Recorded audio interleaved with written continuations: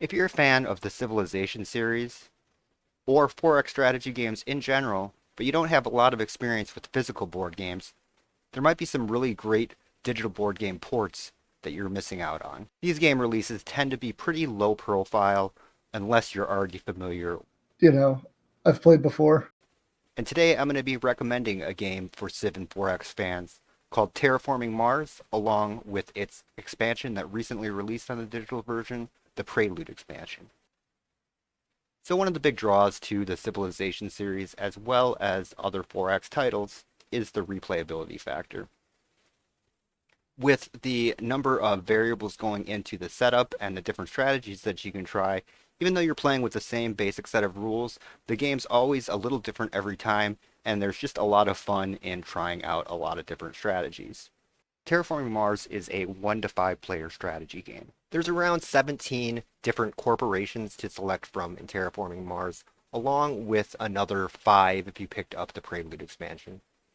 And you can think of these, if you're a Civ player, along the lines of picking a leader or civilization. They're going to come with some abilities that you're going to want to tailor your strategy around. So right off the bat, you're going to get a lot of variety in plays depending on which corporation you select. If you do decide to pick up the Prelude expansion, then you'll get to tailor your starting game a little bit more. You'll get dealt 4 random cards and be able to select 2, and this will modify some of your starting resources or have a variety of different effects that might synergize with the corporation that you selected. And this is going to speed up the early game quite a bit, so I do recommend picking up Prelude in addition to the base game, because if you aren't a fan of games that start out like a little on the slower side, Prelude will not only give you additional variety, but will help speed up the game engine for the first few turns. So if you haven't guessed from the title, the object of the game is to terraform Mars. The corporations will be competing to see who can get the highest terraforming rating.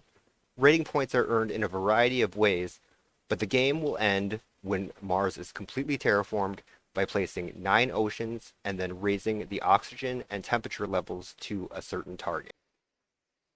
Now, before the game and between each round, players will get the option to buy a number of cards, and this can be either done in a random format where everyone is dealt a certain pool of cards to pick from, or this can be done in a draft format Yeah, no, I saw that. I don't remember what the draft is, so it's fine. where people are only able to select one card and then pass the rest. And then any cards you wish to keep, you still have to purchase using the credits in the game. Now, most of the variety in the game does come from the cards that you are dealt randomly between rounds and selecting how you want to build up your engine. So if one of the big draws for you is exploring the map on a 4X game, then this might not be the game for you, as there is going to be a fixed board with a fixed number of hexes. So the board layout itself is going to be the same every time, although how the board is populated throughout the game might be different. Now, another interesting aspect to the game are the milestones and the awards. So the milestones are a scarce resource, basically, that can only be claimed by a limited number of players and may only be claimed after meeting a condition on the milestone.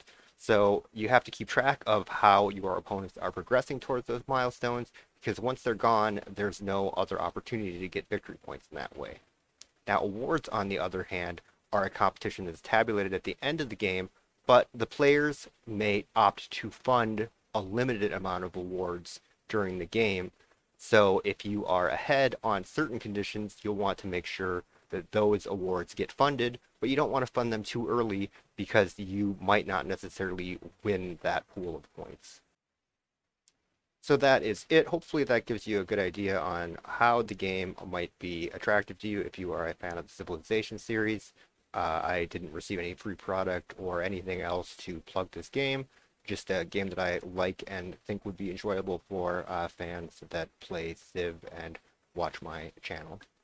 So thanks for watching, and if you would like to see more Civ content or any similar content, please consider liking and subscribing. Oh, and one last point. I do not think that the digital version of the rulebook that is in the game under the options is the complete version of the rulebook that you get with the physical version. So if you aren't understanding some of the rules, I would recommend just going online and taking a look at the PDF of the actual physical rules. That might help you with some of the things that might be confusing, or you can always hit the log button in the game to sort of take a better look at what's happening on other people's turns because it could be confusing if you have never played the physical game before.